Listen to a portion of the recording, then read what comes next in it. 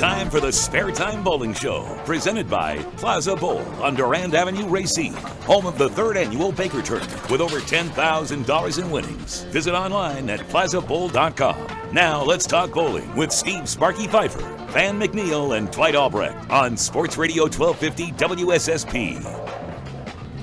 Well, not so quick. No Van McNeil today. Van McNeil decided to take an actual vacation day on a Sunday and not be here for the Spare Time Bowling Show. He's okay with that. He worked on his vacation last Sunday like I did.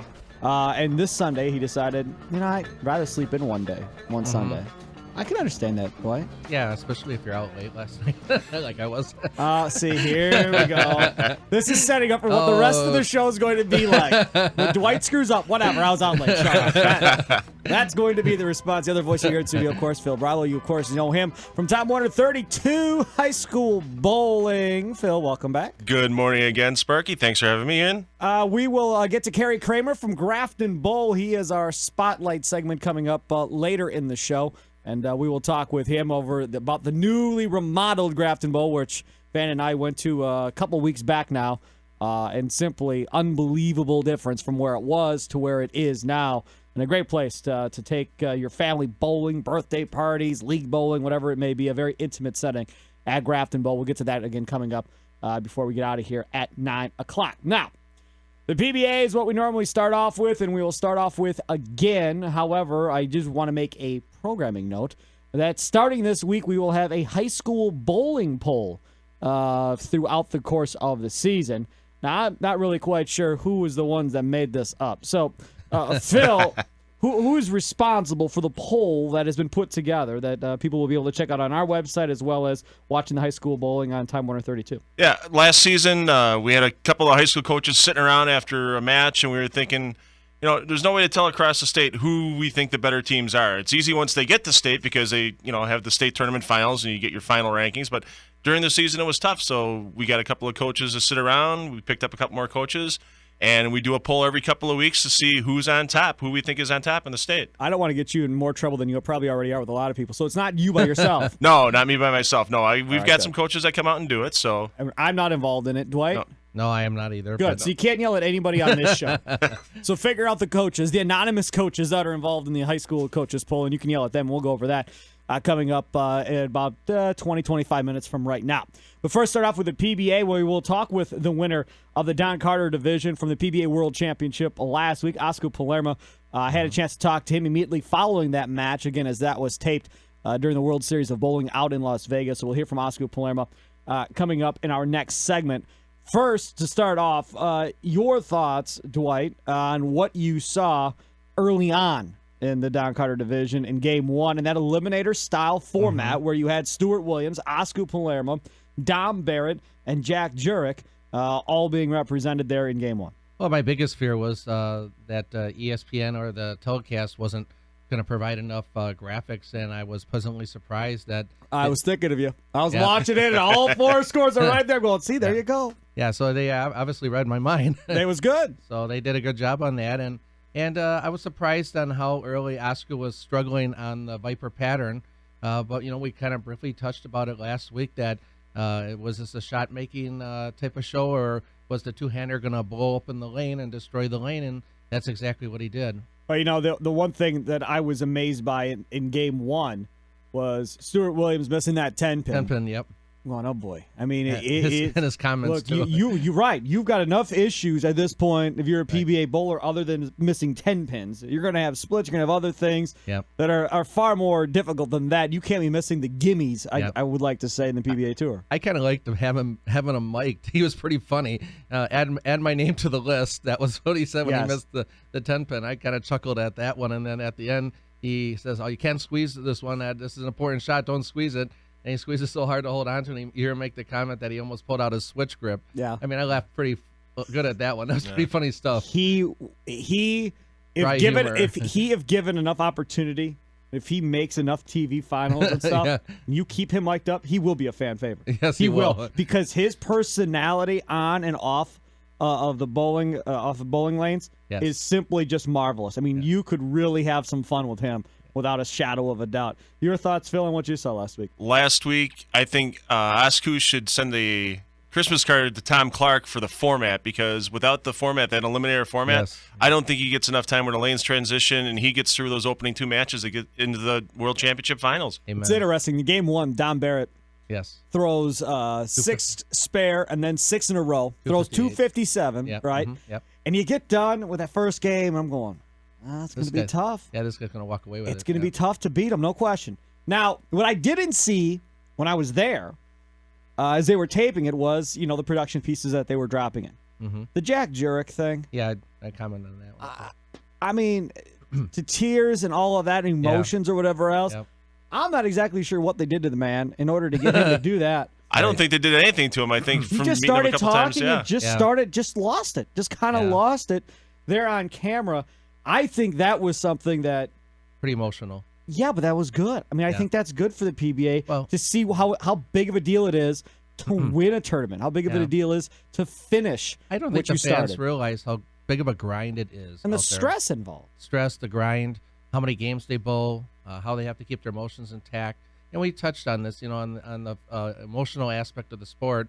And, and again, I go back to Tiger Woods' father getting him prepared mentally for the tour. Well, our bowlers have to go through it too. Right. No question about it. Game 2, Jack Jurek gets eliminated. He shoots 169. The other bowler, Stuart Williams, 215. Oscar Palermo, as you talked about, barely escapes with 187. Yeah. Now you get to game 2, and here we go again. Early on, and what I think may have cost Stuart Williams the match. And, we talk about it many a times, about some guys, doesn't matter what's going on around them. You've talked about how that you kind of just block everything out when you bowl. Yep. And some guys are easily distracted one way or the other. I don't think Williams is necessarily to Rash's standpoint, but in that fourth frame when he left that 7-10 split, there was a distraction of that. Remember that big camera that moves around wherever else?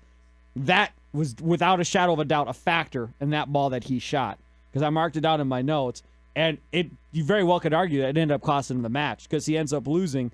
201 was for Barrett, who advanced. 188 for Palermo, who got a pin better. And then 170 for Stuart Williams. I mean, that was the deciding factor at the end of the day, I think, was that camera distraction that led to that 7-10. Yeah, and it's just a matter of getting the bowler to refocus. And how often these guys have probably never seen that camera floating around. I mean, even though they've bowled internationally all over the world, they've never had a setup like that. And to just adjust to it in a 1 or 2 game TV show, it's tough. Yeah, it is. I mean, there's no doubt about it, but it's also their job. And you have to be able to block those distractions out and focus on hand. I think the lanes just transitioned ugly. I think they started off tough and as it was, and they were making good quality shots at the beginning, and then I don't think they kept up with the transitions as quick as they needed to. And you look at some of the stuff that went into Palermo a little bit there in the second game. You could kind of tell in the second game that maybe things were going to go his way. Brooklyn strike. Yes. Yep. Then he kicks out the 10 for another strike later on, and I think that was the third frame or whatever the case may be. He opens in the 7th, which was right there, was, here you go, come and get it if you want it, because he left the door wide open for Stuart Williams, and he just couldn't finish it off at the end of the day. But again, 2 games in, Don Barrett still looking like the guy. Yeah, exactly. I was watching Palmera, and I wrote on my notes how bad he was struggling early, and then even in game 2, how much he was struggling. And like you said, he just all of a sudden just got a couple breaks and turned it into a 2 or 3 bagger, and next thing you know, he's right back in the match. And then you get to the championship game, and out comes Don Barrett with a turkey. And you're going, well, this is going to live up to exactly what we all thought back in game 1. This is Don Barrett's match. This thing is going to be done. And then Palermo converts that split in the 3rd. He leaves another split in the 10th, a 4-7-10 split in the 10th. You're going, my God, what is he doing? Then there's that Brooklyn strike there in the 8th. And then he finishes it out, and he wins 223 to 188. And again, the story are splits again. Cut through the nose, a 6-10 split in the 4th coming off that turkey for Don Barrett. He ended up picking it up. Then he had a 4-6 split in the 8th. That ended up being an open. And then a 4-7-10 split in the 9th. And again, right through the middle again. He lost his line is all I can think of at some point. Yeah, and when you try to overcorrect it by playing straighter or taking straighter trajectories through the front of the lane, that ball gets a little extra reaction in the last couple of feet before the pocket, and instead of going pocket, you go right through the nose. Yeah, I mean, we were talking about it last week with Lenny and Dave on how the two-handers just blow open the lane and destroy the pattern because of their high rev rates. And, I mean, that's the thing that I saw right away is Oscar actually made the lane condition come to him and he actually destroyed Dom's look. Whatever he did have was gone, and obviously when you have a guy that's a two-hander that's burning off the mid oil in the middle of the lane, you got to jump in where the two-hander is to catch any type of hold. Yeah, and then if you jump in that far, you might lose your carry as well. All of a sudden, everything you had high flush in the pocket before is weak tens, and you're just losing ground left and right. Yep. You know, the other thing that I found intriguing about this whole thing, because you guys have talked about it for the last couple of weeks, and it kind of hit me when I was watching it on TV the second time after I've been there. You guys talk about the two-handers, Yep. right? Yep. And we talked about in the past, I don't know if we talked about it on the air or off the air, but if we have talked about it off the air, I'll bring it on the air now. we talked about having a manufacturer's title Right. where you keep track of the wins and the finishes for Storm and for Brunswick. You've across the board. Mm-hmm. And then at the end of the year, you have to have it sponsored. Obviously, at the end of the year, the winner gets whatever. And again, that's a whole nother NASCAR concept that I just bring over to bowling and go, why can't you do that and keep track? Because you'd have to think the manufacturers like it. It puts a little bit more pressure on them because they want to win that, because that's going to help sell bowling balls or whatever else. Gives you a little something else to hang up in pro shops or whatever the case may Absolutely. be. But when you're having the two-handed bowlers, and let's say it's Storm, that's a two-handed bowling guys, right? Mm-hmm. Is that helping selling bowling balls at the end of the day if these guys are throwing with two hands and average bowler, right now at least, is still throwing with one hand? Is it still helping to sell the product? I would say back in the 90s, yes, that was definitely it. We all tuned in not to necessarily see who the top four were, but what balls they were using and how the ball reacted. Today, I don't see that as much. I see it more of the buddy system in league. If a guy comes out with a new ball and does good with it, that's what's going to sell, I think, equipment more. Sure, does it help? Yes, absolutely it does. I mean, we have to have a top person to follow and watch and see what he's getting for ball reaction. But if they tank with it also, that could also hurt the ball sales too. I think you got to look at it two ways, though. I think if you look at the younger generation with the kids, kids in high school, kids in college, that want to emulate these high rev guys, high speed guys on tour, and they see what these guys, even if they're two-handed, they see what these guys are using, and they like watching the pins fly around like Belmonte or Askew do. And I think it's going to help them sell balls, honestly, to the younger generation. Will you see balls specifically designed for the two-handed bowler at some point here in the next couple of years? Because if there are as many juniors as I hear there are in these tournaments bowling two-handed, will you see ball manufacturers adjust and give these guys balls specifically designed for them? Possibly. I mean, it could be they could adjust it through the cover stock. Limits are put on weight block, shape, and size by USBC. And they're also limiting cover stock technology too. But I mean, possibly with the two-handed guys, you got to lower the differentials, especially when the lanes dry up, meaning that you have to make the weight block a little smaller, a little weaker, or go to a more weaker cover stock. The main reason why is because they double their rev rates from the average pro bowler, one-handed pro bowler out on the tour. Coming up today, we move ahead to the next division. It is the Billy Hardwick division. That comes up today at noon, right up against the Packer game, of course.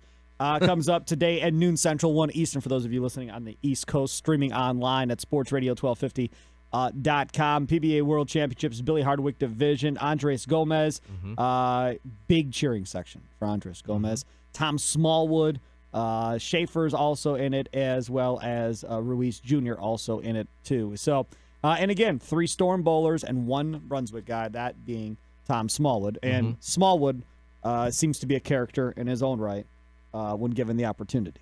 Yeah, well, again, great story. I mean, Detroit auto worker, turns pro bowler. He uses only half his thumb in a thumb hole, so you kind of call him a converted palm player, if you want to call it that, or a modified palm player.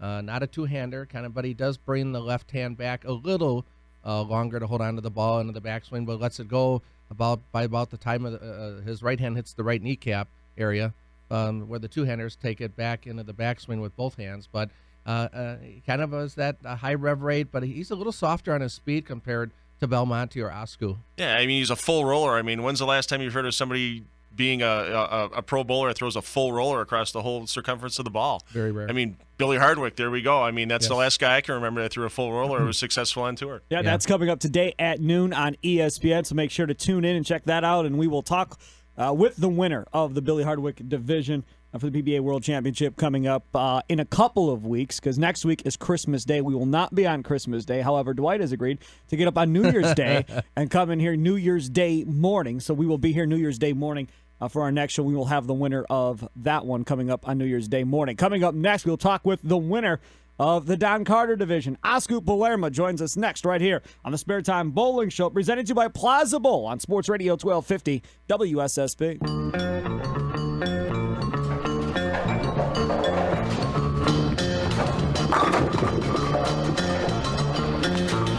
It's time for the Spare Time Bowling Show, presented by Plaza Bowl on Durand Avenue, Racine, home of the 3rd Annual Baker Tournament with over $10,000 in winnings. Visit online at plazabowl.com. Let's talk about the PBA with Steve Sparky Pfeiffer, Van McNeil, and Dwight Albrecht on Sports Radio 1250 WSSP. Another one in the books here at South Point Casino in Las Vegas. This one, the PBA World Champions, the Don Carter division. Oscar Palermo joins me now. You're able to get through that one, and now you wait to see what happens with the other 3 matches going forward and then play one more time here at South Point Casino. First things first couple of games, 186, 187. I'm looking at the scores. I'm going, well, he better do better than 188. Otherwise, he may not win this thing at the end. And you did. You made some type of an adjustment going forward. Talk about the adjustments you were making through those 3 games. It's the first time. The first game I had a few bad shots, especially the right lane, and it was tricky also. But I doubled the first on the 10th, and then I tried another ball, which made it 180. I could have struck there for 2-0. Second game, same thing. I was already through, so I tried stuff on the 10th frame. Could have made it better numbers, but 180 it was enough, so I'm happy. But it was Viper. It's never easy if you don't make it easy, and we definitely didn't. And that's going to happen with this format. Talk a little bit about bowling out here in this style, in this exhibit hall, what they want to call it, whatever, almost like an arena setting where you have those lights obviously shining down on you. You got the crowd on one side, you got the media and everybody else on the other side. Obviously, there's a huge difference than just bowling in a normal bowling alley like people listening to this show would do, and the difference it is for you guys as pros having to go out there and do these TV finals versus qualifying. Me personally, I like this. This is what it should be, even from before the TV shows, because that's. Well, it's love. It's nice to see people on the sides, and when you throw a good shot, you get appreciated for it. The one thing I always say on our radio show, and I've told Tom Clark this, and I've told everybody that will listen to me, is the personalities of the bowlers have to come across more so people can connect. So we can have the good guys, the bad guys, the rivalries, and all of that makes sports, regardless of whatever sport. Now, for you and me, walking in, you're holding your baby in your arms and everything like that. I mean, that is awesome. That's family man Oscar. That's everything that goes along with it. People that are listening, what would you want them to know about you when they see you on TV bowling? I might not be as mad as I look like.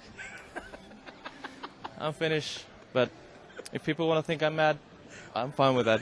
If they get scared, even better. I got to ask you this. Talking to Jason Belmonte earlier here at South Point about the two-handed bowling. Very, very happy that there are other guys other than him now doing it. And I was kidding him about he's going to be one of the pioneers along with you of revolutionizing the sport. Everybody will be doing it in the next 20 years. Why did you start doing it, and what got you going? Basically, we have the same story with Belmo. We both started when we were 1 and then rolled the ball and kept on going. But so the only difference is his father owned a bowling center, mine just worked on one. But yeah, it's when you start as 1, the lightest ball we had was 8 pounds, which is almost like 3 kilos. And well, if you're that small, you're not going to be able to throw it. Right. So that's interesting stuff. Oscar, thanks a lot. Congratulations and good luck as you move on. Thank you. There he is, Oscar Palermo, joining us here on the Spare Time Bowling Show on Sports Radio 1250 WSSP. Thank you, Sparky. Nicely done. There are things that need to be explained here. First off, that was early on, obviously, in the tapings, whatever. So I really didn't know Oscar. Oscar didn't know me. As time went on, we developed a little bit more of a relationship, and Oscar opens up a little bit as we move forward. But I'm telling you guys, and it's funny because you were saying off the air, Dwight, hey, man, these international guys seem a little bit more to themselves. Yeah. And I would say that's true with Belmonte, maybe, to a certain degree. But with Oscar and Stu Williams and Dom Baird and those guys, those 3 guys, man, especially Dom and Stu, they are far from to themselves. They're out there having fun, and they're having a good time and messing around with each other and whatever the case may be, pulling for each other, showing up for each other's events, and hoping the other one does really good. There is that camaraderie, not the it's us against the Americans type crap. That's not what I'm saying. I'm just saying that there is that type of camaraderie where they stay with each other when they're on the road doing events. They're rooming together and bunking together and stuff like that. I mean, that's all stuff, again, that people don't know, that hopefully as over the course of the year you'll get to learn about some of these international players that'll, like I said, Stu Williams, you will fall in love with if he makes enough TV finals and you are able to see his personality. Yeah, and you mentioned a few weeks ago how great it would be if they took a camera and just follow these bowlers for a couple of weeks. I'd love to see Stu Williams followed. Yes. Because he's just got to be an absolute riot on one TV show, and you automatically are like, he's pretty cool. I'd be all right with that, right? Oh, yeah. Go out and sit around and talk to him about bowling and life when he's done. Absolutely. Yeah, no question about it. Now the other thing is this. We have Kerry Kramer in the house, going to spotlight Grafton Bowl coming up here in a little bit, and we'll get him in here and get his thoughts. He's got lots of opinions as well, like everybody else, about the PBA and so forth. Yep. I want to get your guys' take. We talked about it a little bit, the eliminator style format, Phil. Yes. Okay? And whether or not you like it better than, say, the stepladder, because you're going to watch the Billy Hardwick division today at noon Central, 1 Eastern. Today on ESPN. I did say today, right? Yeah. Yes. Today on ESPN. Last week I thought it was Saturday, the whole show. Dwight was walking. I'm like, oh, today's Sunday. That's why I shouldn't have said that. But your thought, do you like the eliminator style format or do you like the stepladder, Phil? I like the eliminator style format just because you get more bowling action during the show. The only detriment is that it goes so fast sometimes. Yes. You don't get the bowling personality. You don't get the personalities of the bowlers out of it. Having Stu mic'd last week, that was great. If they get more bowlers mic'd for today's show, it's going to be awesome. It's going to be better. And I think once the fans get used to the pace, I love all the action that's going on at the same time. Yeah, there's more of a crowd favorite, I will say, in today's show that you'll see. And you'll see some different things that maybe you didn't see on last week's show. Very entertaining show either way. I'm telling you, there will be storylines that will flow throughout the course of the year.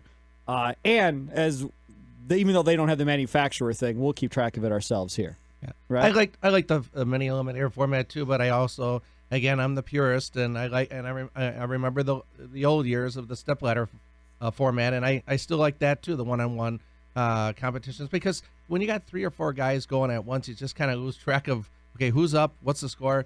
Even though they did a great job with the graphics, I still like to watch that one-on-one format. I'm not in that old school necessarily. You and Van are the diehard. Bring me back to the 70s and start over. I age myself a lot on the show. No, well, Van's not old where he would remember anything in the 70s, but Van wants to bring everything back to the 70s again. Right.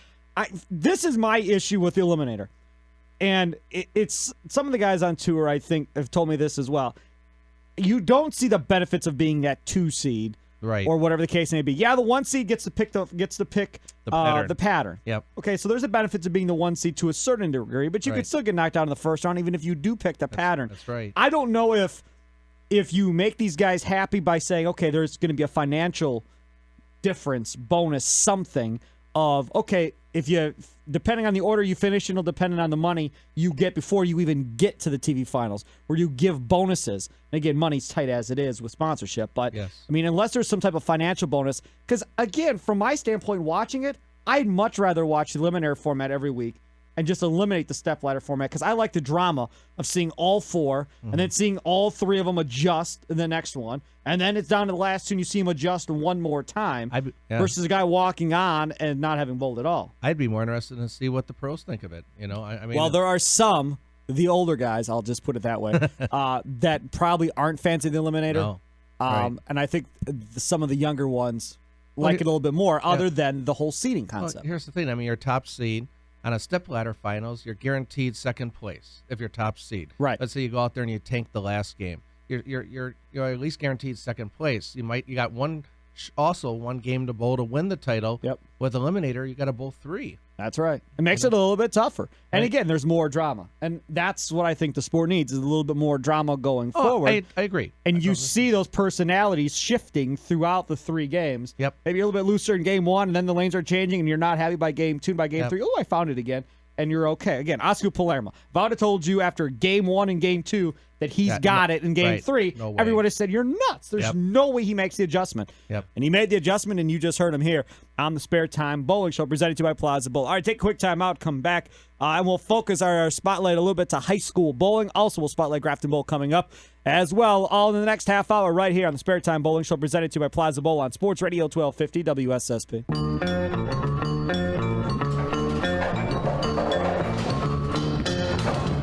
We've covered the PBA Tour.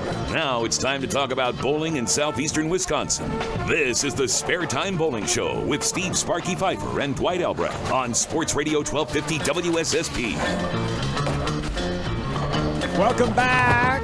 Another week almost in the books. We're already halfway through this show. I'm telling you, the goal next year is we're going to make this 2 hours.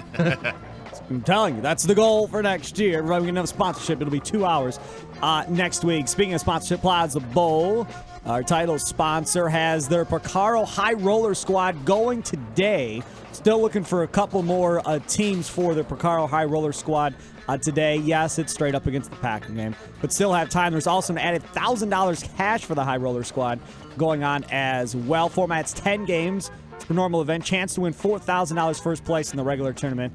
And then they cut to the top 8 teams after the 10 games and then all the way down as you move format. So definitely want to check that out if you're looking for something new today. They'll have the Packer game on all the TVs. Don't worry, you're not going to miss a snap. That's at Plaza Bowl in Racine on Durand Avenue. Check them out, plazabowl.com. And then, of course, their Baker format also going up until January 8th. Still time for you to get your team down there and get in the Baker-style format for that. Over $10,000 in cash winnings for that. That's all at Plaza Bowl. All right, high school bowling. We have a poll for everybody. You see the polls for basketball. You see the polls for football. Well, thanks to Phil Brylow and a bunch of coaches in the area, we now have a poll for boys bowling and girls bowling. Boys and girls, yes, indeed. All right, so Racine Horlick is number 1 for the boys, undefeated to this point in D3. Then Kenosha Bradford, who has only lost to this point, is Racine Horlick. Then it's Menominee Falls, Sun Prairie, and Kenosha Tremper round out the top 5. There are 10 teams, obviously, in the top 10. And then they even have also receiving votes. Boy, you guys are serious about this stuff. Oh, yeah. I mean, it's the only way you can rank everybody across the state and make it, kind of try to get everybody on the even playing field. A lot of the coaches taking, in fact, the 2 strongest districts in the state are Racine, Kenosha, District 3A, and District 1 in Milwaukee. Yeah. By far, you see a are you saying that because you live here? No. The coaches are. We get. We've got a coach from the Fox Valley area that's in this poll too, and he agrees with it as well. He goes, the number of bowlers that come out of that area of the state that is just amazing. Kerry Kramer joins us from Grafton Bowl, and we'll spotlight Grafton Bowl coming up. What's your thoughts, Kerry, on high school bowling and where it is now? Because obviously when you were growing up and the rest of us, there wasn't high school bowling at all. And now to see where it is, where we have polls with Racine Horlick as the number 1 team, is a pretty cool concept. I mean, if you'd have talked about this years ago, people would have just laughed at you. Now, I mean, you got kids on TV, you've got kids going out and practicing, you got uniforms, standings, all these types of things. It's just gorgeous. It's wonderful. It's what bowling has really missed. And I've got children come in from time to time and bowl, and they're excited and they're talking about things. You haven't seen a vibe like that in bowling in a really long time. What happens, or what do the high school teams get? So let's say Racine Horlick wins the state championship or whatever the case may be. Is it just some big trophy type deal that you get for winning state championship in high school bowling? What do you get? Yeah, you get the trophy. You get the brag that you're the state champs for the year. They give medals to the individuals on the team. You get medals too, okay. Or in the case of Racine Horlick last year when they won state, they got to shave their coach's mustache. Bill Lister, nice. A great coach. And, yeah, the coach gave up the mustache and goatee for the first time in about 30 years. So that's pretty cool. Little incentive for the team, yeah. But, yeah, it's for school pride. I mean, these kids really – you talk to any of these coaches, and they'll tell you, even though a lot of them are just clubs, they don't get varsity letters into school, that type of thing, they take pride bowling for their school. They want to go out there and show their best every time they're out there. How good is Horlick? Are they that much better than everybody else? I wouldn't say that much better, but when it's come down to a couple tight matches this year with Bradford and Tremper, they've pulled it out. I mean, Ryan Zager, we've seen on a ton of our shows. Michael Guzman, he's a senior, another solid bowler. And then Ryan's brother Kyle just came out of the middle school ranks. He finished second in the middle school tournament last year. He's a freshman. He's tearing it up. Middle school tournament? Yeah, middle school bowling's really starting to take off in the Racine and Kenosha area. Man, why do I got to be so damn old? Yeah, you Anyways, your thoughts on this, Dwight? Oh, I think it's great. I mean, they pack the houses, and it's just wonderful. You got traffic flow in a center. Parents come out for the kids. Friends of the kids that are bowling come out to support their friends. It's a win-win all the way around. It's very, very exciting. It's very loud again, like I said, and it definitely is what bowling needs. And Phil brings up a good point. You look at the District 3A varsity boys stats, and look at the top three, Phil. You got Riley Smith, David Schwartz, and Ryan Sagar, which are all common names on your shows. And they're great athletes. I mean, Riley, the last 2 years, has made the state high school golf tournament for Kenosha Bradford, too. So these kids aren't just bowlers. I mean, they're great athletes outside of bowling as well. It's interesting, for sure. And the other thing we always talk about, if you've never been to a high school bowling tournament and your son or daughter is coming up in bowling and they're 9, 10, 11 years old and they're loving it, yes, you have to get them to a high school bowling tournament. You just have to, not a tournament, but a match.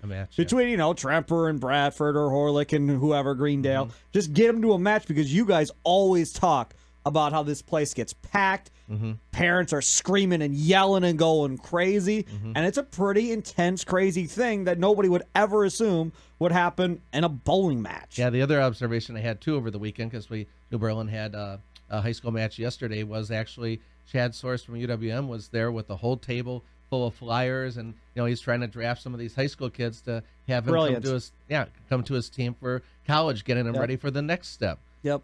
And competitive in the college aspect of it. And that's what high school bowling is, believe it or not. It's actually just a warm-up for what you're going to see in college. Let's talk about the women's side of things over there. Unfortunately, Kenosha Bradford's ranked number 1 there. Kenosha, sorry, I love these polls, Sparky. I'm a Tremper guy. Bradford won the state title in football. We don't need another one in women's bowling, for God's sakes. Tremper and Cadets at 2. Amherst from Wausau is 3. So there's a little love from somewhere outside of southeastern Wisconsin. Yeah, those kids up. Amanda Garvitz made a couple of our shows, and Sarah Cecilwitz too. She's always out bowling our tournaments, and it's an amazing little program they've got going up in Amherst. And up in District 9, the girls have to bowl against the boys up there, and these Amherst girls are beating up in the boys in their district. Yeah. What do you mean they have to bowl against the boys? There's not enough women teams? There's not enough women's teams up there up in District 9, so they bowl against boys and co-ed teams, and they are just kicking butt. So how are they not number 1 then? I'm going to do that. I have a problem with the poll. I was going to say, we got to do something about those polls. I will stand up for Amherst. Give me a T-shirt. Bradford shouldn't be 1. It should be Amherst.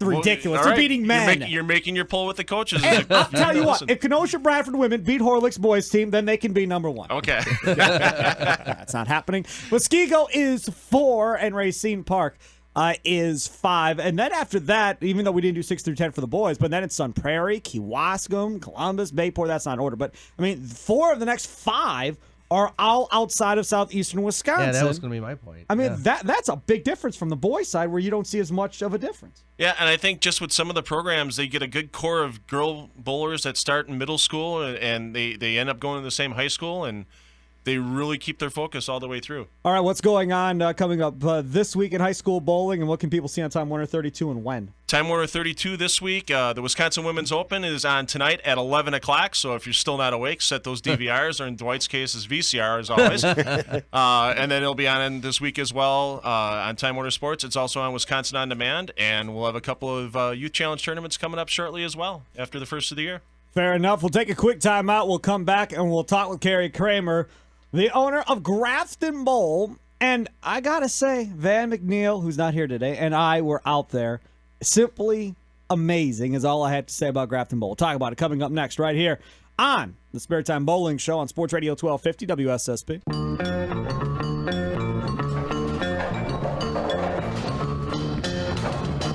Now, it's time to shine the spotlight on the hottest thing in bowling.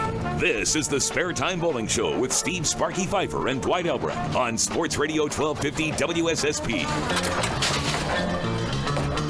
Welcome back. Time to go to the Spotlight segment of the show. Last segment of the show. And joining us now, Kerry Kramer from Grafton Bowl. Again, for those of you just tuning in and wondering, where is Van McNeil? I don't know. He's probably sleeping. But he's not here, and he will be back. I don't think he'll be back for the New Year's Day show that Dwight and I will be doing, because he hosts a New Year's Eve party somewhere, popular, I'm sure. So he'll be out doing that. Van and I have no lives, so we'll be sleeping. And then we'll be in here Sunday morning at 8. And as always, if you missed the show, you can always check out the podcast at sportsradio1250.com. And Kerry, I got to talk to you about Grafton Bowl, because the stories I heard about Grafton Bowl before I got to Grafton Bowl and then what I saw at Grafton Bowl are two different things. I heard the stories of it felt like you were in the 1970s when you were at Grafton Bowl, and then I get to Grafton Bowl to meet you and realize that you have completely redone the whole bowling alley side of Grafton Bowl. Yeah, it's amazing. That's kind of a running joke for us when people go, what did the place used to look like? And I go, you ever see that TV show, That 70s Show? Kenosha. Everybody laughs knowing, going, yeah, that's exactly what it looked like. We spent a lot of time, we're only halfway through the remodel, ripped everything out. I mean, the bowling machines from the 1950s are still there, the lanes are still there, and everything else is gone. It looks kind of like an Irish pub on the bowling side, or English pub, I guess would be, on the bowling side. That's exactly right. Completely remodeled. We had a couple of Amish craftsmen redo the bar top, the countertops, the tables. He's serious about the Amish craftsmen. Yeah, it's a running joke. We had a couple of people come in. They were really excited, looking around and all of that, and I actually had to explain bowling to them. And the funniest part of it was they were amazed that when you throw a ball, the bowling ball actually comes back. Even if you throw a bad shot, even it if comes back. Even though they came back when we finished with the facility, and they brought their wives with them. Exactly the same thing. They were walking in, looking around, and I'd explained bowling to them, and they're like, "Really, the bowling ball comes back on its own?" They were just amazed by that. They were loving it. Did you have a vision on what you wanted it to look like, or did you just get some input from architects? Yeah, it was amazing. My partner, Frank Ottlinger, he owns a precision manufacturing company up there. This was his whole idea. Okay. It's scary. He had this design in his head, Yep. and he was describing this to me for years.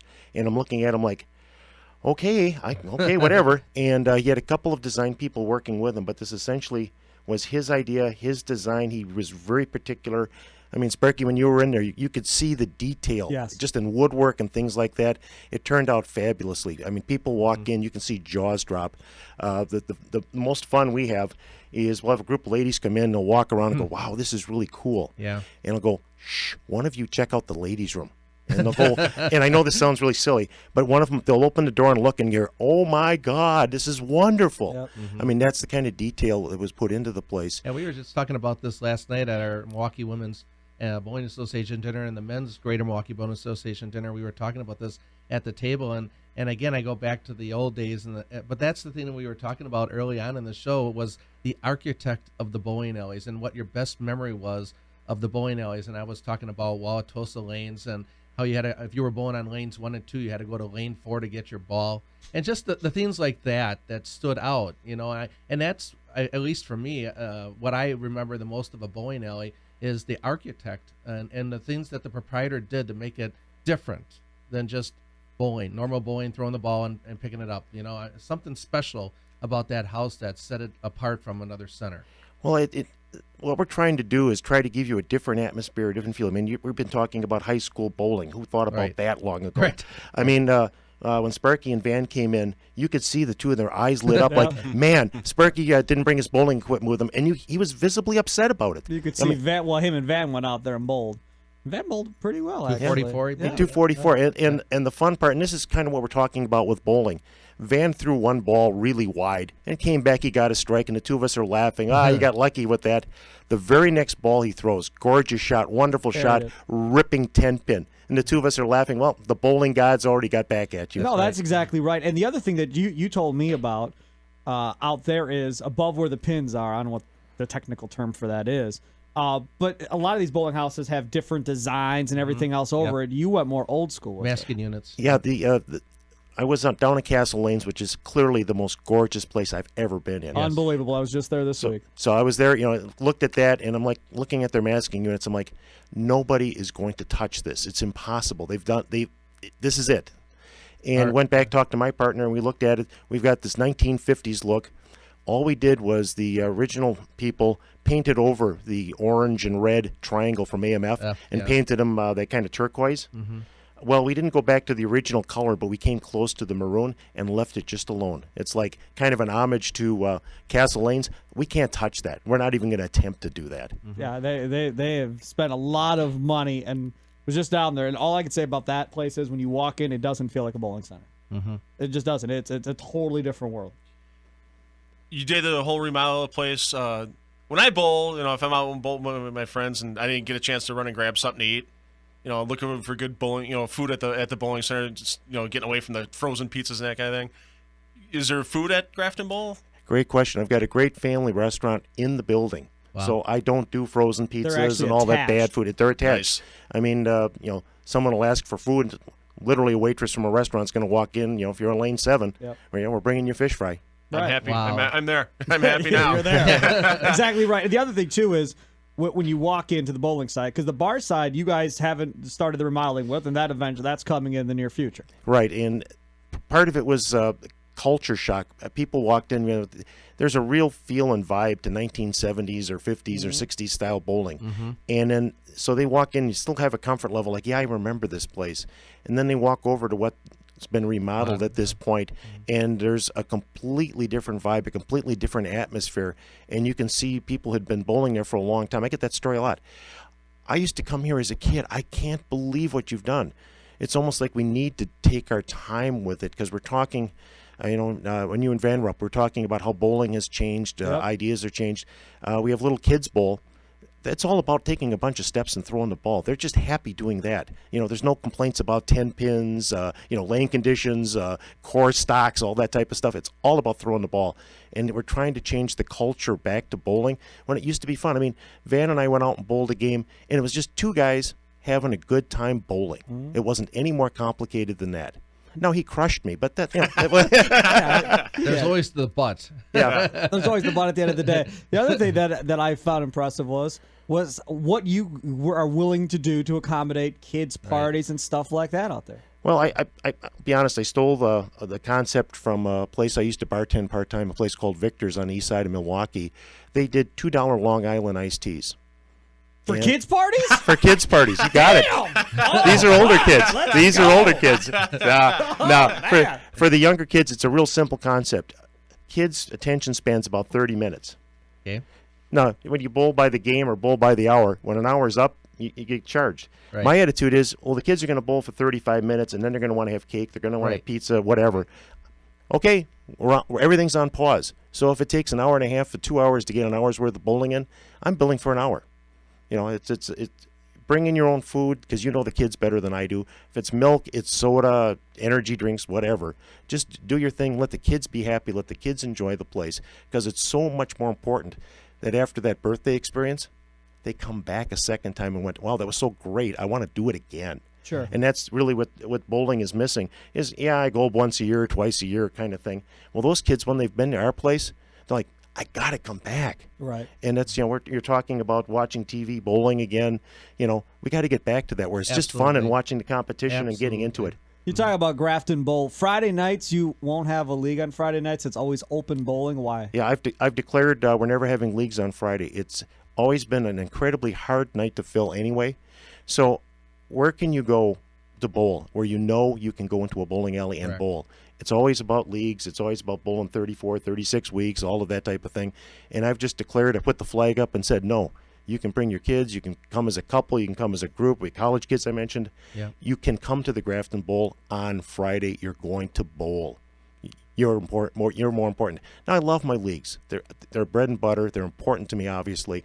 But at some point, I got to get new bowlers. I got to have people enjoying the game. And that's, Friday's the most fun for me because you see every possible style, every possible bowling ball, all that type of stuff, because it kind of rejuvenates you when you start your leagues again. Talking with Kerry Kramer from Grafton Bowl, definitely somewhere you want to check out. Talk about how you've got the college kids into your facility on Friday nights. It's amazing. I've got Concordia College nearby, and I mentioned the $2 Long Island iced teas. We're bending over backwards. I mean, I'm on Facebook with them, and they're sending messages. Hey, Kerry, you got to do this. Hey, Kerry, you got to do that. Hey, have you heard about rum chata?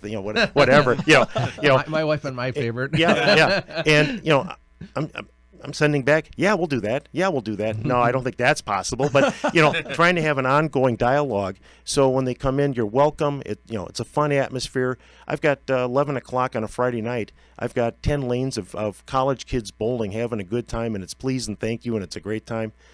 Kids are just hanging out at the table. It's kind of fun being in a bowling alley and hearing a bunch of kids talk about philosophy. That didn't happen back in our days. It didn't happen in my days either. I don't know what that's all about. What do you think, being a guy that's running a bowling alley now, what do you think needs to be done to continue the progress that we've seen in bowling as far as high school bowling, and now getting back some of these college kids to come back and have it be a hangout again to take your date or whatever?